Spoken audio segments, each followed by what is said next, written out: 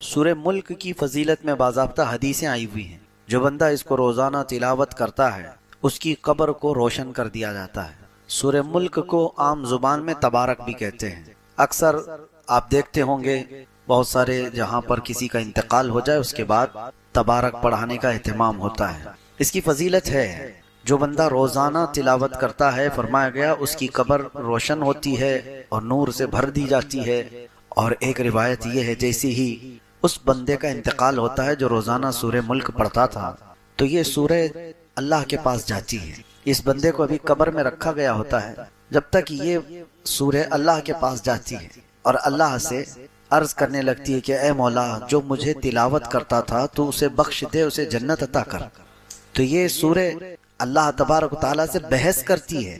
یہ لفظ تو یہاں تک بھی آیا ہے جھگڑا کرتی ہے اور پوچھتی ہے کہ اے اللہ کیا میں تیرے کلام کا حصہ نہیں ہوں؟ رب تعالیٰ فرماتا ہے کیوں نہیں، تو میرے کلام کا حصہ ہے۔ تو سورہ ملک کہتی ہے اگر میں تیرے کلام کا حصہ ہوں تو مجھے جو پابندی سے پڑھتا تھا اس کی بخشش کر دے۔ تو رب تبارک و تعالیٰ اس کی سفارش پر وہ اتنا بحث کرتی ہے سورہ ملک اپنے رب سے، اور یہ تک بھی کہتی ہے کہ اگر میں تیرے کلام کا حصہ نہیں ہوں تو مجھے اس سے الگ کر دے، اگر اس کی بخشش نہیں ہو سکتی تو مجھے الگ کر دے۔ تو رب تبارک و تعالیٰ اس کی سفارش قبول فرماتا ہے اور فرماتا ہے جاؤ جو تجھے روز تلاوت کرتا تھا اسے بشارت دے دے، میں نے اسے معاف کر دیا۔ روایت میں یہ ملتا ہے کہ یہ سورہ ملک جیسی ہی یہ خوشخبری سنتی ہے سیدھے جنت میں جاتی ہے، اور جنت میں جا کر وہاں کے بچھونے اوڑھنے اور وہاں کی خوش کرنے والی چیزیں لے کر کے واپس قبر میں آتی ہے میت کے پاس جو اسے تلاوت کرتا تھا، اور آ کر کے جنت کی ہوائیں، خوشبوئیں، بستر، بچھونے سب چیزیں لے کر آتی ہے، اور پھر اس سے کہتی ہے میرے آنے میں دیر تو نہیں ہو گئی، میں تیری بخشش کے لیے اللہ رب العزت کی بارگاہ میں عرض و معروض کر کے آئی ہوں، اور جب تک اللہ راضی نہیں ہوا میں وہاں سے آئی نہیں۔ اب تجھے بشارت ہو کہ قبر میں جنتی بچھونوں پر آرام کر اور ہوائیں جنت کی کھاتا رہے۔ تو سورہ ملک یہ وہ وفا کرنے والی صورت ہے، جب لوگ ہمیں قبر میں تنہا چھوڑ جائیں گے تو یہ سورہ ہے اللہ کریم کی بارگاہ میں ہماری سفارش کر کے ہماری بخشش کا پروانہ لے کر آنے والی ہے۔ کتنا مشکل سے 2 سے 3 منٹ لگتے ہیں اس سورہ کو تلاوت کرنے میں۔ 3 منٹ، آپ کے 3 منٹ یوں ہی چلے جاتے ہیں۔ کسی سے خیر خیریت پوچھتے ہی آپ تھوڑی دیر کھڑے ہو جائیں تو 3 منٹ یوں ہی گزر جاتے ہیں، اور یہ 3 منٹ تلاوت کرنے والی ایسی سورہ ہے آپ کسی خوش الہان قاری سے سن بھی تو سکتے ہیں۔ معمول بناؤ کہ کوئی رات ایسی نہ ہو کہ میں سورہ ملک سنے بغیر سو جاؤں یا پڑھے بغیر سو جاؤں۔ اس کا اثر ایسا نہیں ہے کہ آپ صرف قبر میں دیکھنے والے ہیں، ایسا نہیں ہے کہ صرف قبر کی روشنی کی بات ہے، یہ اللہ کا کلام ہے، زندوں کو بھی زندہ کر دیتی ہے۔ یہ اللہ کا کلام ہے، زندوں کے لیے اترا ہے، اس کا جو اجر ہے اور اس کا جو نتیجہ نکلنے والا ہے قبر میں وہ اپنی جگہ پر، لیکن تمہاری حیات میں بھی اس کے اثرات دیکھنے کو ملیں گے۔ سورہ ملک پڑھنے والا ہمارے بزرگان دین فرماتے ہیں کبھی کوئی حاکم اسے زیر نہیں کر پاتا۔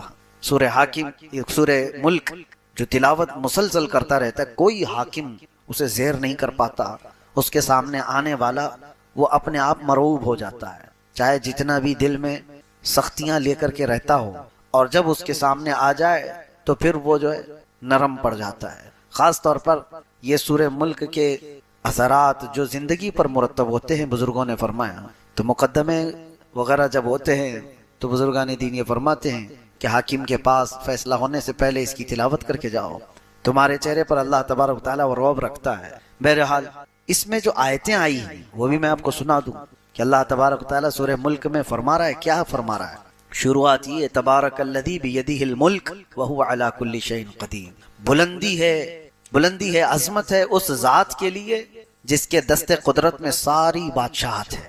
بیدہ الملک وہو علی کل شیء قدیر، اور وہ ہر ممکن شے پر قدرت رکھتا ہے۔ الذی خلق الموت والحیات، اسی نے زندگی اور موت کو بنایا ہے۔ کیوں بنایا؟ لیبلوکم ایکم احسن عملا، تاکہ تمہیں آزمایا جائے تم میں اچھے عمل والا کون ہے۔ موت اور حیات اللہ نے اس لیے بنائی ہے تاکہ تمہیں آزمایا جائے تم میں سے اچھے عمل والا کون ہے۔ وہو العزیز الغفور الذی خلق 7 سماوات طباقا، اس نے طبق در طبق 7 آسمان بنائے، اور تم ما تری فی خلق الرحمن من تفاوت، تم رحمان کی پیدائش میں اس کی تخلیق میں کوئی فرق نہیں پاؤ گے کہ ٹیڑھا میڑھا کر دیا گیا ہوگا، اندازے کے مطابق بنا دیا گیا ہوگا۔ ہر چیز اس کے برابر حساب سے بنائی گئی ہے. جو بھی چیز ہے، کوئی بھی، جیسے انجینئر کے پلان فیل ہو گئے ہوں، سوچا کچھ اور تھا بن کچھ اور گیا ہو، اور رحمان کی تخلیق میں ایسی کوئی چیز تم نہیں دیکھو گے. آگے کی جو آیتیں ہیں یہ اللہ تعالیٰ کیا فرماتا ہے، والذین کفروا بربہم عذاب جہنم، جو اپنے رب سے کا انکار کیے وہ جہنم میں جانے والے ہیں، ان کے لیے جہنم کا عذاب ہے. کلما القی فیہا فوج سألہم خزنتها الم یأتکم نذیر. اب توجہ کیجیے، جب جب جہنم میں جھونکا جائے گا کسی کو تو دربان پوچھے گا ان سے.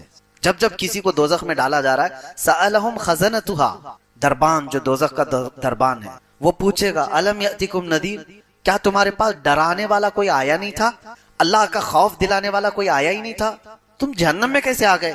قالوا بلا، وہ جہنم میں جانے والے کہیں گے ہاں کیوں نہیں، آیا تو تھا. قد جاءنا نذیر، ہمارے پاس ڈر سنانے والا آیا تھا.